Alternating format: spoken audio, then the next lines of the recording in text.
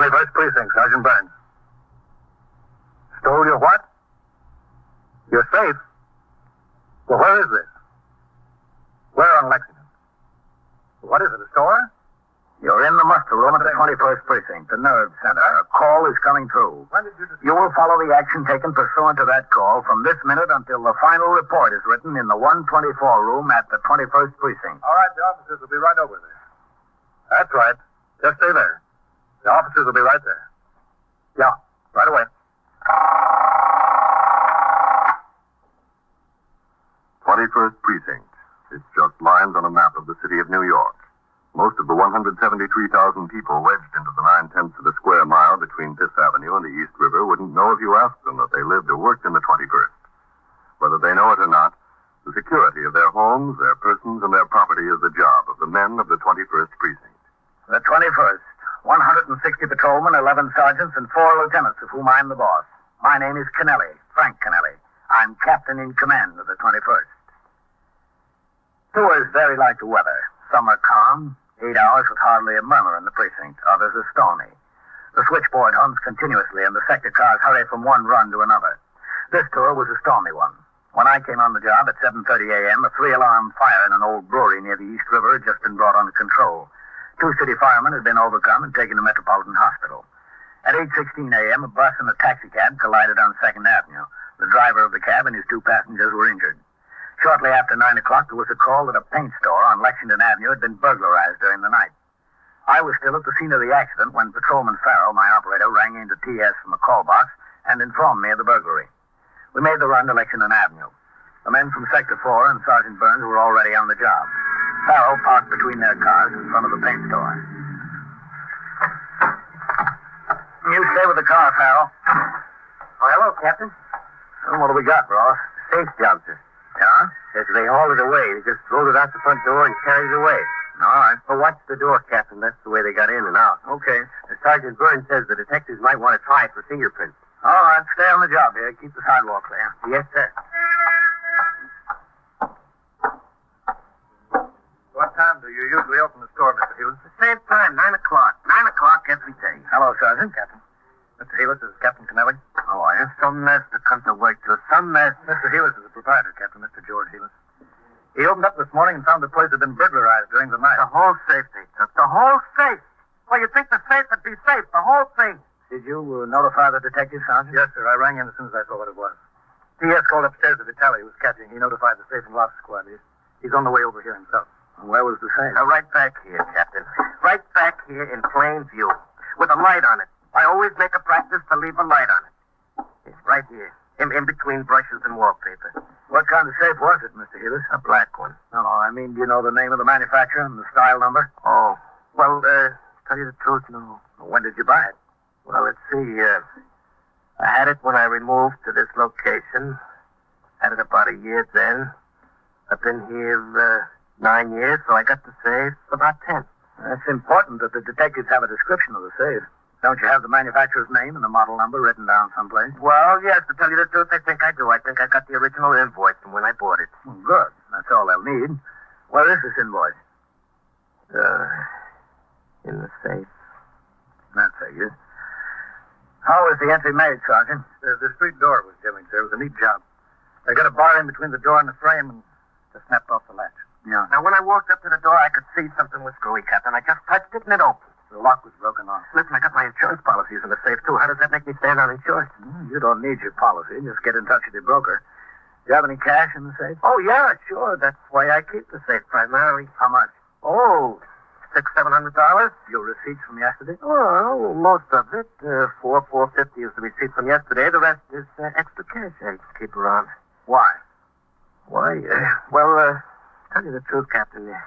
It's a couple of $100 I had. I didn't want my wife to know about. You know, mad money. She knows everything I'm doing, how much I got in the bank down to the last nickel. You see, I'm the president, and she's secretary and treasurer of this little corporation we got here with Space Incorporated. And she takes her job seriously, and I figured I'm entitled to a couple $100 she don't know anything about. What is it, $600 or $700?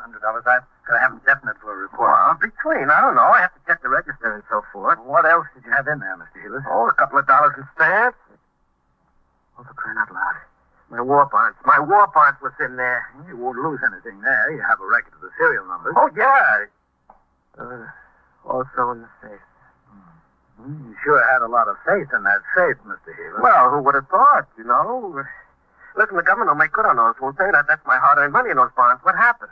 You better get in touch with the Treasury Department as soon as you can, Mr. Healer. Yeah, that's a good idea. As a matter of fact, we'll notify them ourselves. Anything else in there, Mr. Healer? My accounts receivable. Listen, how much chance is there of getting them back? I mean the bonds and the accounts receivable. I don't care about the cash. You know, this could develop into an expensive proposition. Treasury might give me a hard time, and without the accounts receivable, well, to tell you the truth, I'm a dead duck. Accounts payable, who cares? The people I owe, if I don't pay them, they'll let me know. But the people that owe me aren't going to come around here and volunteer the money. No, sirree. You think I can get it back, Captain? The contents? Besides the cash, I mean? You probably will, Mr. Healer. So all they want is the cash. Your ledgers and war bonds won't do them any good. Oh, that's good news if it only comes true. What'd they do, Sergeant? Roll it along here? Yes, sir. You can see the tracks. Right down here and out the door. Must have had a pickup truck or a car waiting. A car? Well, they couldn't get that safe into a car. You know how big that safe is? Why, it comes up to here, only up to here. Well, there must have been 9 guys to move it. Look, I haven't had it out of that corner for 2 years. It was so heavy. Look at the dust back there. Are you in the store all alone, Mr. Healer? That's right, all alone. Oh, except on Saturdays. My wife comes down to give me a hand and work on the books. You know, she's got a job downtown on Wall Street. On Saturdays, she comes to help me out. Mm-hmm. Have you always been alone in the store? Well, yeah, for the last 3 or 4 years. I used to have help, but it got more than the traffic could bear. I couldn't keep them. I always had their problems, plus my own. I figured it didn't take 12 guys there must have been to roll that safe out of here. Believe me, it was this big, and heavy. Now, who could that be on the phone? It's a fine time to call. You better answer it, Mr. Healer. It's a fine time for business as usual. Go ahead. Yeah, excuse me. Some deal, huh, Captain? It is some deal. They had to jimmy the door. They had to roll the safe out here across the sidewalk and onto the truck. Why was the patrolman on post? Beats me, Captain. Hello, Healer Safe. What time do you think they broke in, Sergeant? They closed the store at 6 o'clock. Didn't open up until 9 this morning. It could have been any time in between. All right. Sergeant, send forthwith to the men who are on post here for the night tour and for the late tour. I want them both in my office by noon. Yes, sir. I want to know why they didn't see this burglary in progress, or at least discover that the door was jimmy. Hey, listen, Captain, that telephone's for you. For me? Yeah, I answered it, and somebody says, who's the cop in charge there? It was some dame. And I said, there's a captain here. And she said, let me talk to the captain. All right, where is it? Yeah, back there on the counter, right next to the cash register. Okay. You don't need all those men here, Sergeant. Get some of them back on patrol. Yes, sir. All right. Captain Kennelly. Are you in charge of the cops there? Who is this? Well, that's not important now, Captain. And if you want to talk to me, it's important. Well, look, if you really want to know who it is, I'm the guy that got the safe from there. Is that so? Yeah, that's so. I want to make you a little proposition. I don't know whether I want to talk about a proposition with you. Well, whatever we talk about, let's make it fast. I don't want to give you a chance to find out where I'm calling from. All right, I'll make it fast. What do you want? I want the combination. You don't want much, do you? Look, we've been trying to get into that thing all night. We've been trying to rip it. We've been using a torch on it. All we want's the dough, that's all. Well, that's very nice of you. The deal is you give it the combination. I know he's got a lot of other stuff in there he wants besides the money. But that's all I want, the money. Well, what's your proposition? Give it the combination, we'll leave the stuff where it can be picked up without getting hurt. We'll leave the whole safe. And if you don't get it? If we don't get it, the safe winds up the bottom of the river, and Healis never sees anything else he's got in there. That's fair, isn't it? How fair can you get? All right, just hold the phone a minute. No, I don't Talk it know over the phone. I'll call you back. Captain who? Captain Kennelly, 21st Precinct. I'll call you back there. Hello. Hello. What's the trouble, Captain? That was the burglar. The burglar? Did you say that was the burglar on the phone? Well, that's who he said he was. Well, what does he want? He wants the combination to the safe. Well, that's a lot of nerve. What does he think he is? He can't get it open. He said if he gets the combination, you'll recover everything else in the safe except the money. All he wants is the money. If he doesn't get it, the whole thing goes to the bottom of the river. You mean I could get my accounts receivable and my war bonds back? Well, that's what he said. Well, who cares about the money? I'm covered with insurance for that. I'll go along with him. I'm inclined to do that. Well, I don't know whether I am, Mr. Healer. Now, look, whose stuff is it? I got a lot to lose. We'll talk it over with the detectives and see what they want to do about it. I've been a long time in this job, Captain. I never heard of anything like this before. Well, you learn something new every day, Sergeant. Every day in the year.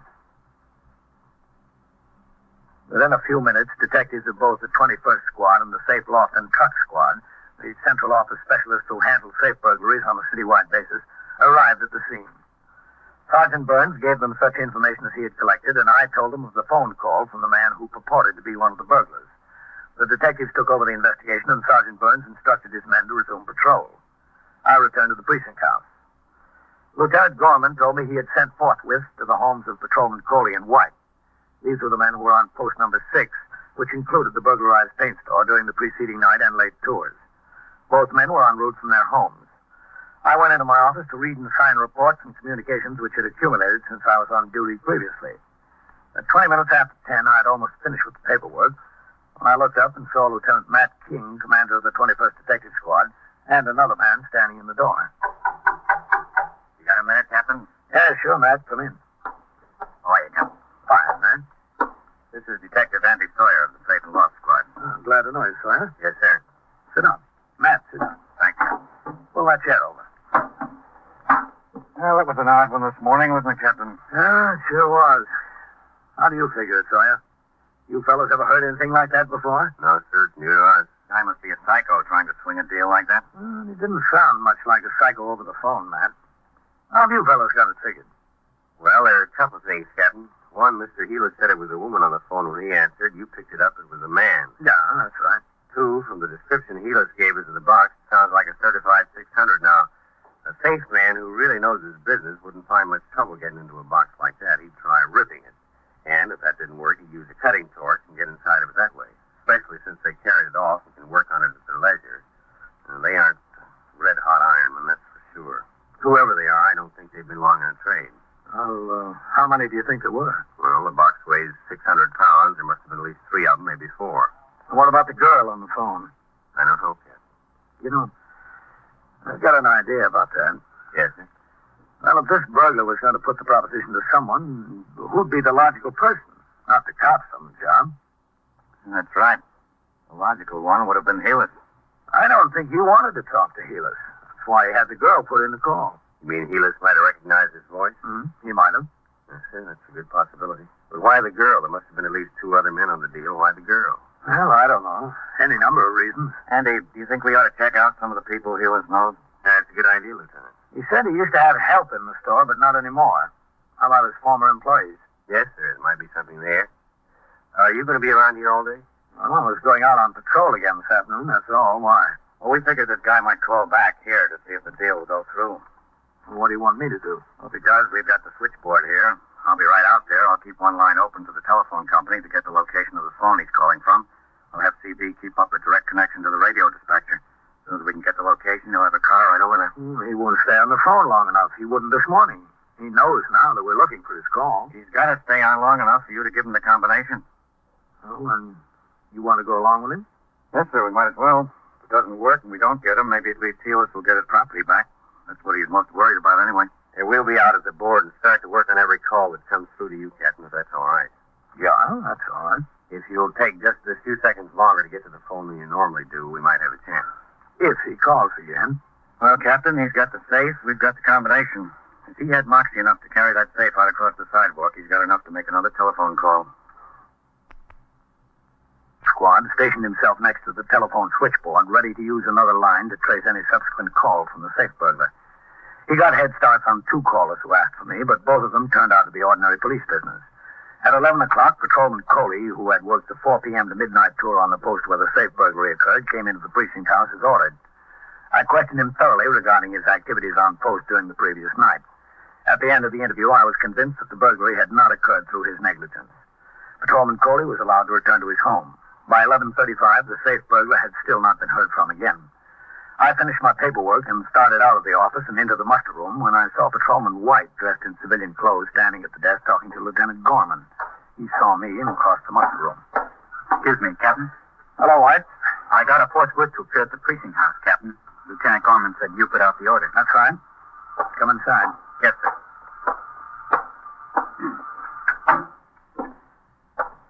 You were assigned to post number 6 from midnight to 8 a.m.? Yes, sir, that's right. Are you familiar with the paint store on Lexington Avenue run by Mr. George Helis? Yes, sir, that's on post number 6. Did you have occasion to notice anything unusual at that paint store during your tour of duty? No, sir. Did you try the front door at all during your tour? Yes, sir, I did on my first time around. You saw nothing unusual during the balance of your tour? No, sir. Did you notice any truck parked on your post? No, sir. Sometime during the night, burglars jimmied the front door, got into the store, and rolled out a 600-pound safe. They rolled it out the front door, across the sidewalk, onto a truck. Where were you? I didn't see them, Captain. I know you didn't see them. I'm trying to find out why. Yes, sir. After your first time around, didn't you try the door again during the course of your tour? No, sir. Why not? Can you explain why you didn't? Yes, sir. Well, go ahead. Explain. That's what I'm waiting for. Well, sir, a little after 1 o'clock, there was some trouble over in a bar on 3rd Avenue. What kind of trouble? 2 of the patrons got into a fight, Captain. One of them hit the other over the head with a beer bottle. This man was hurt pretty bad. I had to go to the hospital with him. Oh. What time did you get back on post? At 2:23, Captain. Well, did you start around again? Yes, sir. Did you try any front doors? I started to, Captain, but it was along about that time that the alarm hit for this fire in the old brewery on the river. Yes. Well, Sergeant Collins drove by, sir. He instructed me to leave my post and go over to York Avenue. What did you do there? The fireman had a hose line struggling across York Avenue. There was about 30 pieces of apparatus there. I was instructed to reroute traffic onto 1st and 2nd. Well, how long did you stay there? Until I was relieved, Captain. What time was that? 20 minutes after 8 o'clock this morning, Captain. I came to the station house and changed to my civilian clothes, sir. Then I went home and went to bed. And that's where I was when I got the forthwith. Okay, White. You can go on back to bed. Yes, sir. Thank you, Captain. Oh, White. Yes, sir, Captain. How long have you been in the job, White? I'm 4 months out of the academy, Captain. Do you know what Rule 107 is of the Rules and Regulations? I think so, sir. Well, what is it? Charges will be preferred against any patrolman who shall, through neglect of duty, fail to discover, report, and take appropriate action in connection with any act or conditions on his post requiring police attention during his tour of duty. Good. Don't forget it. No, sir, I won't. Okay. Go on home. Yes, sir. Thank you, Captain. Leave the door open. Captain Kennelly. Sawyer, Captain, there's a call coming through for you. I think it's our boy. Oh, all right. If you'll hang up, sir, let it ring 3 or 4 times. All right.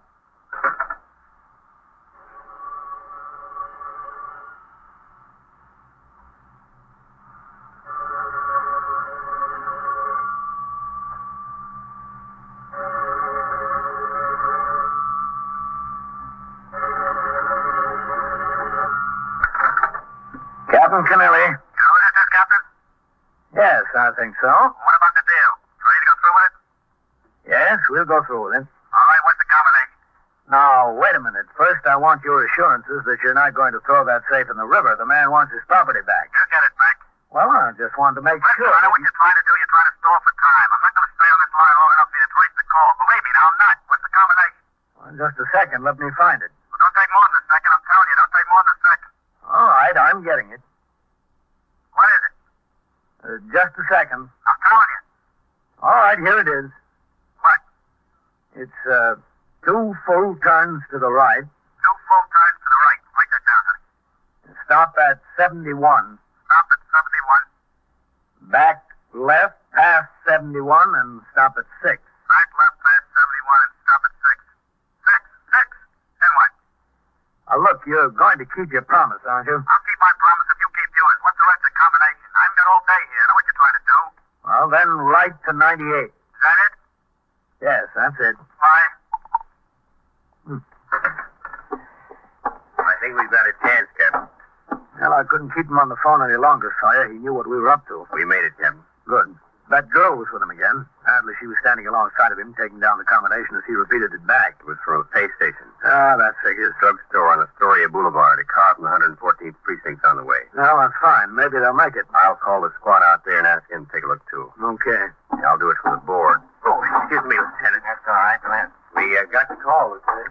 Did you talk to him, Captain? Yeah, I gave him the combination. They traced it to a pay station and a drugstore on Astoria Boulevard. Yeah, he's probably gone by now. Yeah, a car is on the way, and Sawyer's calling out the 114th squad and have them go take a look, too. Astoria, huh? Ah, that's right. You know something, Captain? I've had Vitali and Novak over there talking to that Mr. Hewitt for the better part of the morning. Yeah. We've been going on the possibility that maybe your suggestion is correct. The man didn't want to talk to Mr. Hewitt on the phone because he might recognize the voice. They asked him all about former employees and friends and relatives, anybody that he knew that was familiar with the store or worked there. Well, did you get anywhere? No place much, but one thing came out. What's that? Hewitt's wife has a brother who's been in a little trouble. Oh, is that so? Yeah, he did one bit for grand larceny. He's been out for 2.5, 3 years. Hasn't gotten jammed up again since. Mm. Eula said his brother-in-law used to clerk the store on Saturdays once in a while. You know, just help him out a little bit. Said he wasn't much account as a clerk. Didn't know varnish from enamel. Said he hasn't seen his brother-in-law in about 7 or 8 months. Doesn't think his wife has either. Well, that's nothing in itself, is it? Elis would know his brother-in-law's voice over the telephone. Yeah. And his brother-in-law might think that Elis is a pretty good mark. Well, it's a possibility, but you still don't have much, man. Do you know where he lives, the brother-in-law? Where? Astoria.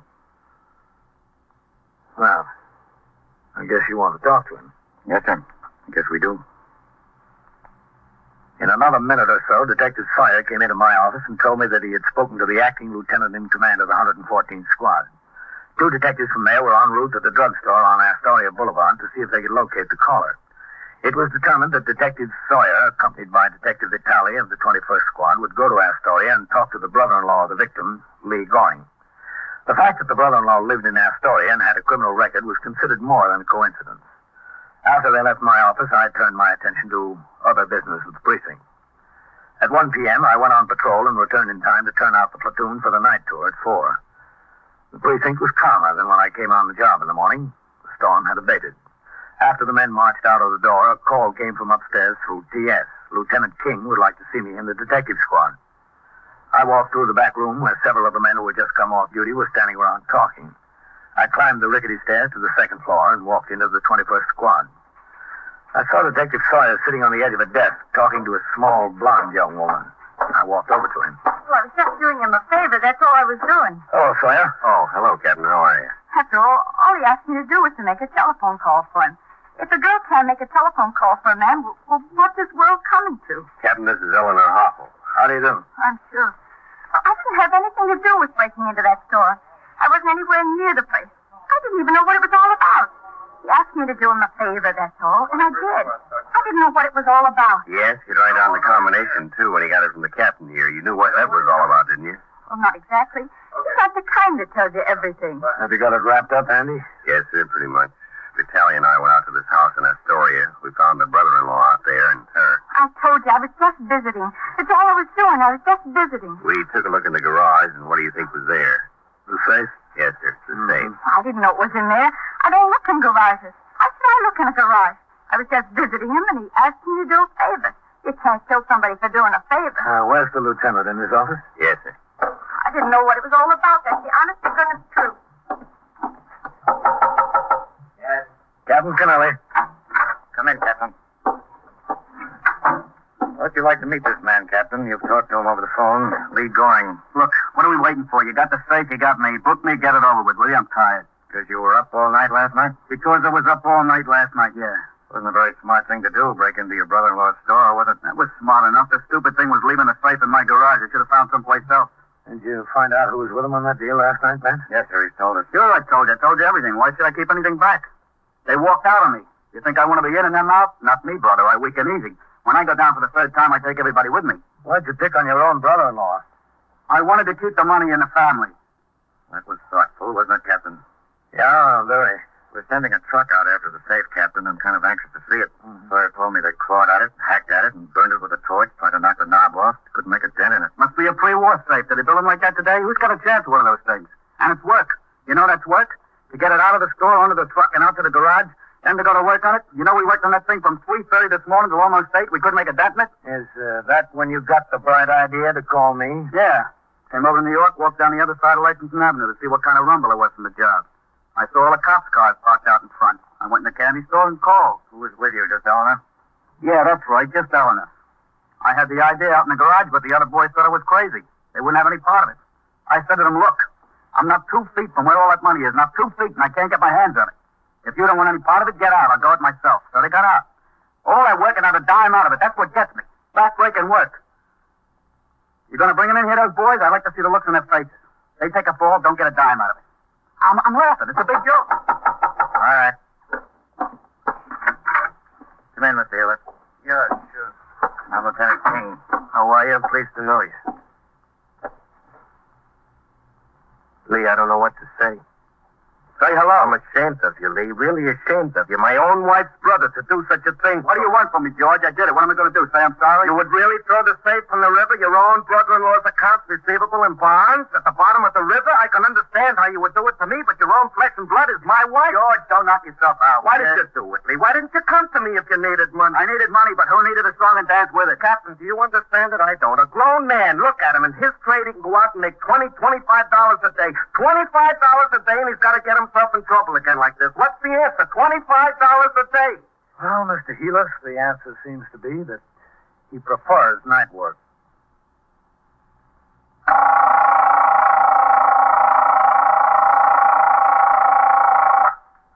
21st Precinct, Sergeant Burns. Well, who got bitten? How old? 4? Well, where's the dog? Is the dog there? Well, where is the dog? Where's that? Oh, I see. Well, what's the name of the girl who was bitten? W-E-A-L-D. And so it goes. Around the clock, through the week, every day, every year. A police precinct in the city of New York is a flesh and blood merry-go-round. Anyone can catch the brass ring. Or the brass ring can catch anyone. 21st Precinct, a factual account of the way the police work in the world's largest city, is presented with the official cooperation of the Patrolmen's Benevolent Association, an organization of more than 20,000 members of the Police Department, City of New York. Everett Sloan in the role of Captain Kennelly, Ken Lynch as Lieutenant King. Featured in tonight's cast were Larry Haynes and John Sylvester, Scott Tennyson, Wendell Holmes, William Flatley, and Joan Morgan. Written and directed by Stanley Niss. Produced for CBS Radio by John Ives. Art Hannah speaking.